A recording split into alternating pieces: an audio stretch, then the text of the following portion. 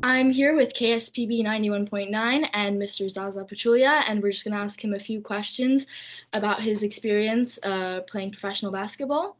We're going to start off with in 2008, during a post game interview, you coined the phrase nothing easy. Cameron, a lot of people say shock the world. I call it destiny. Zaza, talk about pulling it all in at the end there.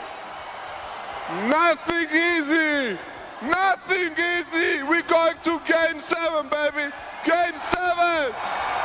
Tell us about the origin of this phrase for you. Looking back at your career, how do you view nothing easy today compared to when you first coined the phrase?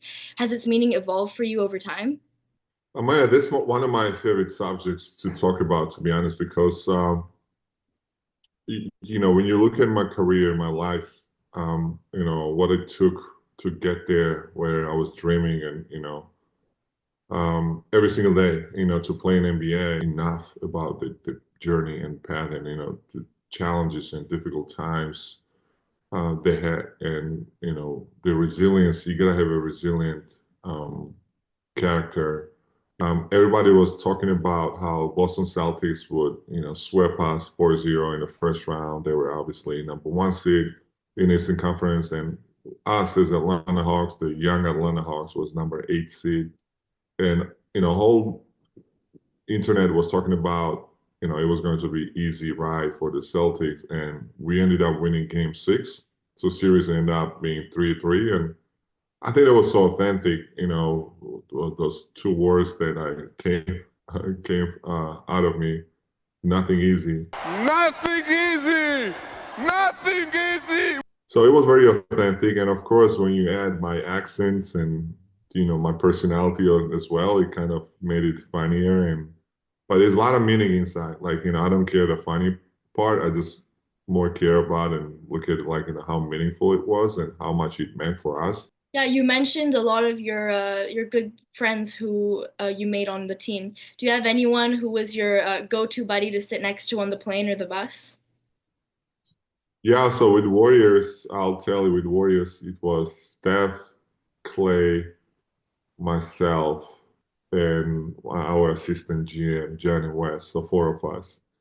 And that was the best table in my opinion, because there was a lot of fun stuff was going on, either listening to music or playing cards or sharing the stories. And sometimes you would see Draymond coming to our table. Sometimes you see JaVale McGee coming to our table. So sometimes our group was growing. Sometimes it was just 4 of us. It depends on the game. It depends how the guys would feel. But I think that was the funnest part, funnest table in the whole playing.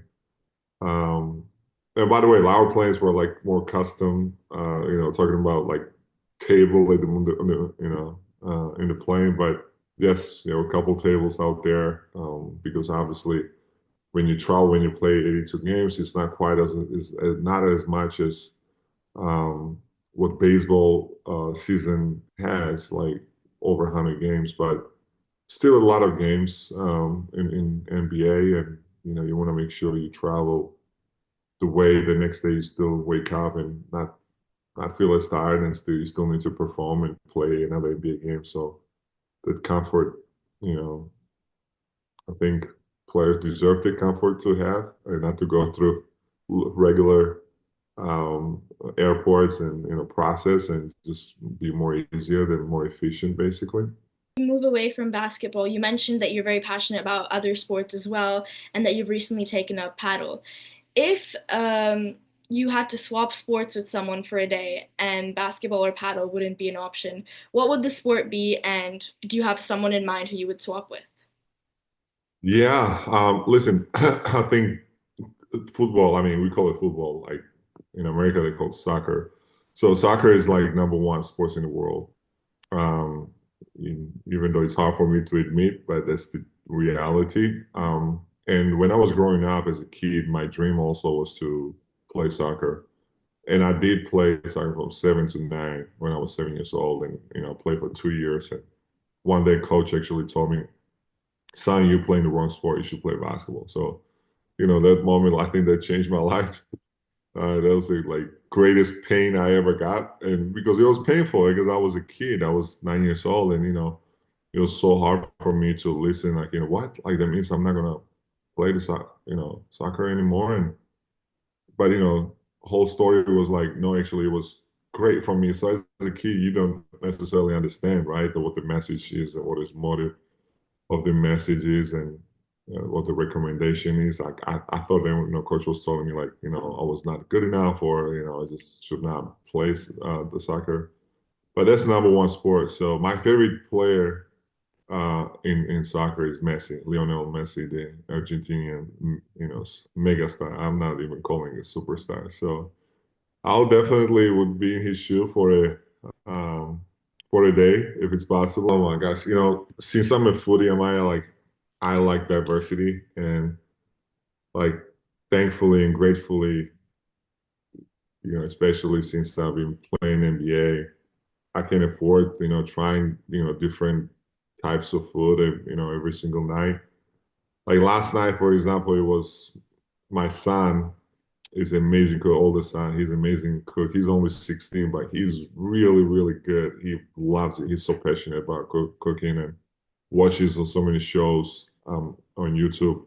So last night we all were craving for the steak. So he grilled. I don't know today what's gonna be, but I'll tell you my top three cuisines. How about that? Please do. So Italian is my number one. Okay, Italian is my number one. I mean, gosh, that's Italy has some amazing, rich, so delicious. It's so authentic. I think it's not only about food; it's about heart and soul. Like Italians put heart and soul, so much pride in the cuisine and meal and food they prepare, and it's all over the world. Like you travel the world, you see top Italian restaurants, and you cannot go wrong with that. Um, Number two, you ready for this? Number two for me is Turkish.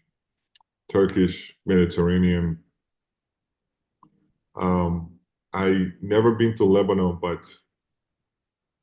for some reason, most of the people telling me like, in Lebanon, cuisine in Lebanon is way better than Turkish. I have not tried it. I need to try first, but I lived in Turkey for 6 years, and I'm telling you, like Turkish culture, Turkish food is so special for me. I'm never gonna get tired of it. And when I get hungry, I'm like, when I get hungry, I always think about Turkish food. And talking about diversity, they have such a diverse, so many different options. You're never gonna get tired or sick of it. Like seriously, you will not. And from breakfast to lunch to dinner to they have so many different options. Even like you might wake up 5 in the morning, you still got something as a special dish to enjoy at 5 a.m.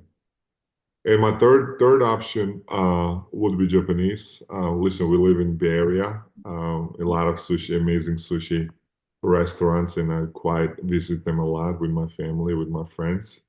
And so sushi, I mean Japanese food is also special, and I'm definitely gonna put them in top three.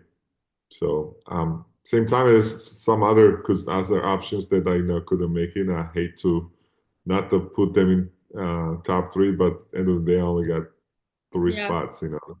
No, that's the best thing about food is every day you can try something new, and we'll both continue to keep trying new things. But thank you so much for taking the time and joining us here on KSPB.